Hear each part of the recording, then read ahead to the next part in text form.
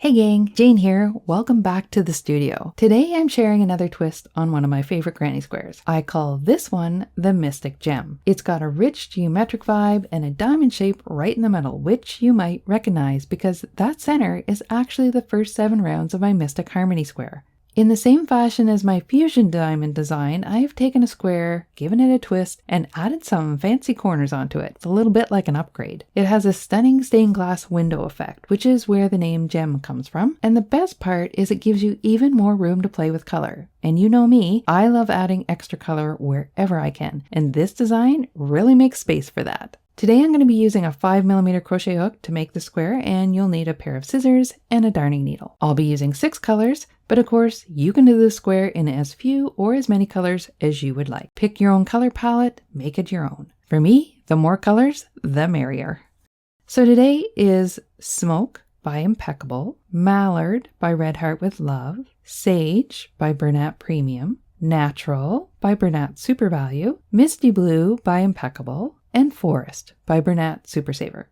So this is the square that we're aiming to create. It starts with this center square, which is the Mystic Harmony square. I have one all ready to go here, and you see how it fits nicely in the center of this square on a diamond shape. This is the first 7 rounds of the Mystic Harmony square, and since I already have a tutorial for that, I'm just going to refer to that tutorial for you to create these first 7 rounds. What you'll be doing is the first 5 rounds are exactly the same.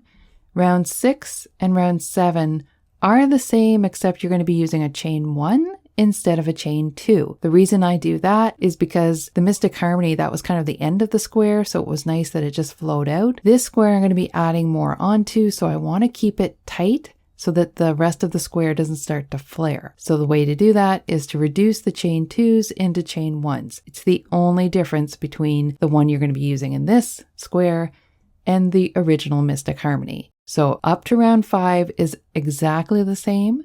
Round 6 and round 7 you'll be using chain 1s in between the stitches instead of chain 2s. So go ahead and make your first Mystic Harmony square and get to round 7 with the chain 1s in between, and I'll meet you back here. We'll get started on Mystic Gem. So let's take a look before we jump into this corner what we're going to be working with. The first round here, which is I call row 8, they're rows because they don't go all the way around. So we'll start here working from right to left, and then we'll move on to row 9 and then row 10, working in the same direction, right to left. All rows will be worked from the front side of the work. Once we complete row 10, we'll work our border rounds all the way around the square in regular granny square fashion. Okay, once we have our Mystic Harmony square done to the first 7 rounds, we can start to add our corners. The easiest way I find to begin is to put a stitch marker where I know I'm going to want to start to work. So on this particular square, the stitch marker is going to go 5 chain 1 spaces over from the corner, and you're looking for the center one. So not counting the corner, I count 5 chain 1 spaces and put your stitch marker in there, and it's actually the same, 5 from this end as well. This is the stitch we're going to work into for our first row. So we start with our forest green, and I count 2 chain 1 spaces to the right of our stitch marker. So a full 2 chain 1 spaces over, insert my hook there and pull up a loop. That is how we join our yarn, and then we chain 1. Into this space, we're going to work a double crochet. So I'm going to leave the stitch marker in there for the moment so that we get the right space, and I'm working my yarn in as I go. Work a double crochet and chain 1. I'm going to remove the stitch marker now because it's going to get really bulky trying to work into that space because we are going to work quite a few double crochets into that. So we have our first double crochet in chain 1. I want to work a total of 6 double crochets and chain 1s into this space right here. So that's my second one and chain 1. Third double crochet, chain 1. Fourth double crochet, chain 1. Fifth, chain 1, and one more for 6 double crochets and a chain 1. So that creates a nice shell. Now we're ready to join. We've done our chain 1. We want to join again to round 7, count over 2 chain 1 spaces, insert your hook there and work a slip stitch. That joins your color and it ends your row. We can cut our yarn because I do a different color every row, pull it through, and we can work that in using our darning needle back through this part, and then just work this end in a little bit more if you need to, and then you can cut those and we'll begin row 9.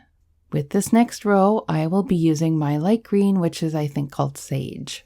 From this slip stitch join that we did for row 8, we won't be turning in this one, so you're always working from the right side, even though you're doing rows. So looking at row 8 from the right side, this is where we joined. We want to count 2 more chain spaces from that slip stitch join. So 1 and 2, insert hook into that, pull up a loop that joins our Sage, chain 1. We want to work a double crochet into this first chain 1 space. So let's just zoom in a bit. We want to work it right into here. So this is where we joined row 8. We did a chain 1 right here, and we want to work into that space. Yarn around the hook, and I'm working my yarn in as I go. Complete a double crochet and a chain 1. Double crochet in the next chain 1 space and chain 1. Double crochet in the next chain 1 space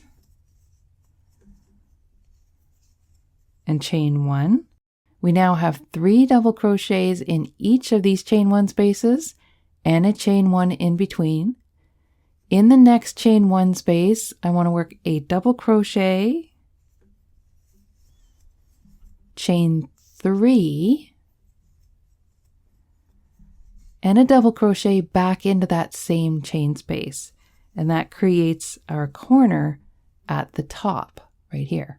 Coming down the other side, we do chain 1, double crochet in the chain 1 space, chain 1, double crochet in the next chain 1 space, chain 1, double crochet in this last chain space before you get to round 7.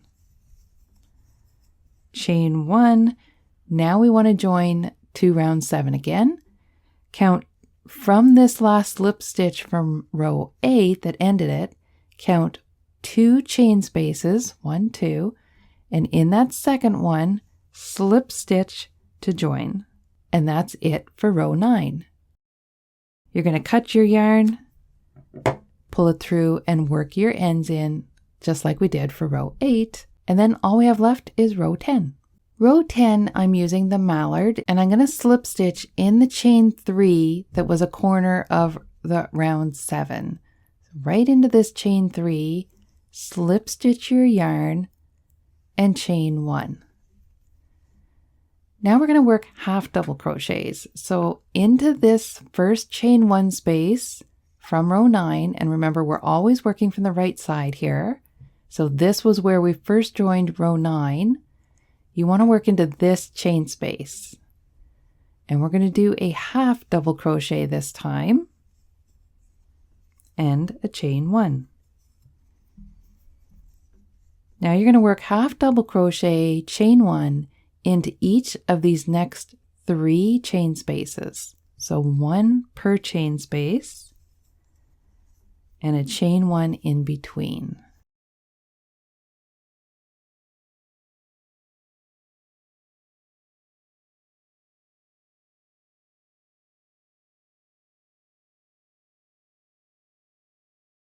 Now what you have is a total of 4 half double crochets, chain 1s between each, ending with a chain 1.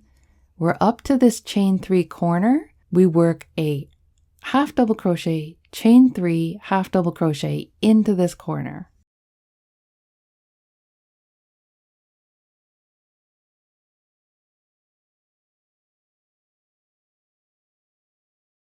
And then chain 1. We've gone up this side, done the corner, and now we're going to work down this side to finish row 10. Half double crochet in the next chain space, chain 1. Half double crochet in the next chain space, chain 1. Half double crochet in the next chain space, chain 1. And then we have this final chain 1 space right here, half double crochet, chain 1. We'll join around 7 by working a slip stitch into this chain 3 corner, and that completes row 10. I'll cut my yarn, pull it through, and I'll darn that end in as well. And now I have one complete corner finished. That is all there is to that. Now you're going to do the exact same thing on each of the remaining 3 edges, and you will have your square that we can put our border rounds on. So that is it for our corners. We're up to row 10 on each of the corners. Now we're going to go back to rounds, and we're going to work 2 more rounds. You can work as many as you want, but I'm going to show you 2 more. So round number 11, I'm going to use the same blue that I finished with on row 10. I'll be joining it in any one of the corners of a row 10. So I'm going to choose this corner right here, and we're going to join with a standing single crochet, or you could slip stitch chain 1 and then work your single crochet. Now chain 1. These are simple borders, just single crochet chain 1s, but I'll walk you through them. In the next chain 1 space, single crochet and chain 1. You're going to work single crochets in the chain spaces and chain 1s until you get to the chain 3 from round 7. So that works out to single crochet chain 1 5 times, 1 into each of the chain spaces. So we started with a single crochet join here in the corner, chain 1, and then we did a single crochet chain 1 5 times. That's 1, 2, 3, 4, and 5. That takes us to this chain 3 space from round 7. You want to single crochet into that chain 3 space and chain 1. Now we're going to work across to the next corner, and that's going to be single crochet in the next chain space. So make sure you go right into that next chain space after this chain 3. If we take a closer look here, this is the chain 3. Here's where we joined row 10, did a chain 1, and then worked our first half double crochet. This is the chain space that you're looking to go into next, just like you had the one over here. And chain 1. You're going to repeat that in each of the next 1, 2, 3, and 4 chain spaces, so for a total of 5.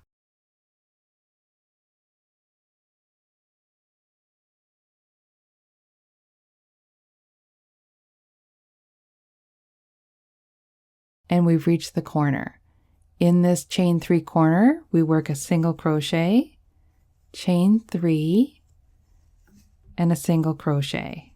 That turns our corner, and now we're ready to go down the next edge. All of these will be worked the same. So you'll do a chain 1, single crochet in the next chain space, chain 1 5 times. Then you'll work a single crochet in the chain 3 space from round 7, chain 1, and then you'll work single crochet chain 1 5 times, 1 per chain space till you get to the next corner, just like we did here. You're going to work that all the way around back to here. I'll meet you here and we'll finish off the round. When you've come all the way around and you're back to where you joined, we work a single crochet in that chain 3 space we joined in, chain 3, and slip stitch in the first single crochet of the round, fasten off, and work your ends in. You could finish your square here and it would look quite nice, or you can continue just the single crochet chain 1 borders. In this first example I showed you at the beginning, I did a few more rounds. Up to here is the blue that we've just done, then I did a round of the white, and then I did another round with the green, the deeper green. You can do as many of those as you want, or as I said, you can just finish off with this one. Works perfect in a blanket. Any of these rounds are done exactly how we did the last one, except you don't have this chain 3 to worry about. So all you have to do is join in the corner and work single crochet chain 1 in every space all the way across until you get to the next corner. Then you just do your single crochet chain 3, single crochet corner, and work your way all the way around. That's a common border that I use on almost all my squares and on my blankets as well. Thanks so much for watching, and I hope you had fun making the Mystic Gem with me. If you're as into color play as I am and want to explore my process more deeply, you can find extra inspiration, behind the scenes palettes, and yarn info over on my Patreon. I share all kinds of color goodness there for those who want to go further. I'd love to have you join me. Don't forget to like, subscribe, and hit that bell so you never miss a new tutorial. And if you make this square, I'd love to see it. Tag me on socials at jspcreate.crochets. Until next time, happy stitching and keep making it colorful.